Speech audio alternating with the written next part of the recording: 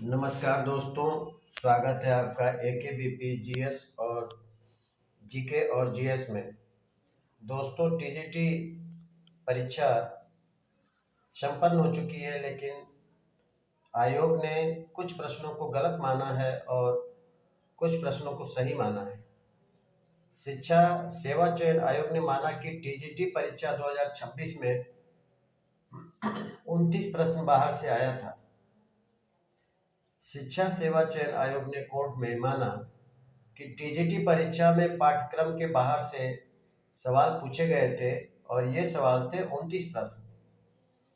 Allahabad high court में याचिका दायर करने के बाद टीजीटी अंग्रेजी विषय की भर्ती परीक्षा के विवादित प्रश्नों के मामले में उत्तर प्रदेश शिक्षा सेवा चयन आयोग की ओर से अदालत को बताया गया कि 37 प्रश्नों के पाठ्यक्रम से बाहर होने के आरोप लगे थे और विशेषज्ञ समिति ने 29 प्रश्नों को पाठ्यक्रम से बाहर माना है, लेकिन 4 अन्य प्रश्नों को गलत बताए जाने संबंधी अभ्यर्थियों की आपत्तियों को विशेषज्ञ समिति ने स्वीकार नहीं किया।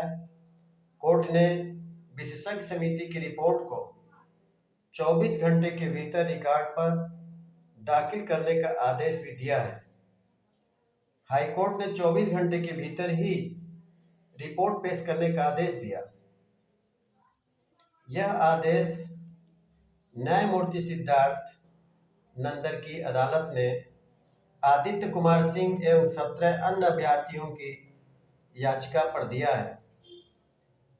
याचियों ने आरोप लगाया कि टीजीटी अंग्रेजी विषय की परीक्षा के प्रश्न संख्या 3, 11, 12 और 100 गलत है।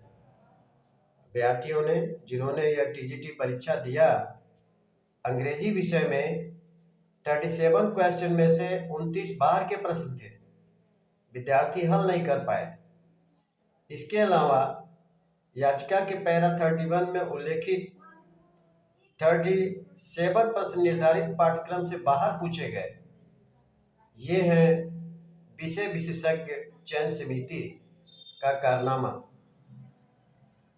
विषय विशेषज्ञ चयन समिति में जो टीचर रखे जाते हैं, उनको इतना पता होना चाहिए कि जो सिलेबस है हम प्रश्न वहीं से बनाएं, लेकिन इन्होंने बाहर से प्रश्न बनाकर बच्चों के भविष्य के साथ खिलवाड़ किया। इसी विवाद को लेकर हाईकोर्ट में याचिका दाखिल की गई। याचकों की ओर से अधिवक्ता ने दलील दी कि सामान्यतः अदालत विशेषज्ञ समिति की राय पर विशेषज्ञ की तरह विचार नहीं करती, लेकिन यदि रिकॉर्ड पर स्पष्ट त्रुटि दिखाई देती है तो न्यायालय हस्तक्षेप कर सकता है। उन्होंने कहा कि विशेषज्ञ समिति की रिपोर्ट मिलने के बाद याची अपनी आपत्तियां दाखिल करेंगे और यह भी स्पष्ट करेंगे कि किन परिस्थितियों में अदालत विशेषज्ञ समिति की रिपोर्ट में हस्तक्षेप कर सकती है। इससे पहले आयोग के अधिवक्ता हाईकोर्ट के निर्देश के क्रम में मांगी गई जानकारी प्रस्तुत नहीं कर सके थे। तब याचकों की ओर से अधिवक्ता ने दलील दी कि दस्तावेज सत्यापन की प्रक्रिया शुरू होने वाली है और समय रहते सुनवाई नहीं होने पर अपूर्णीय क्षति होगी।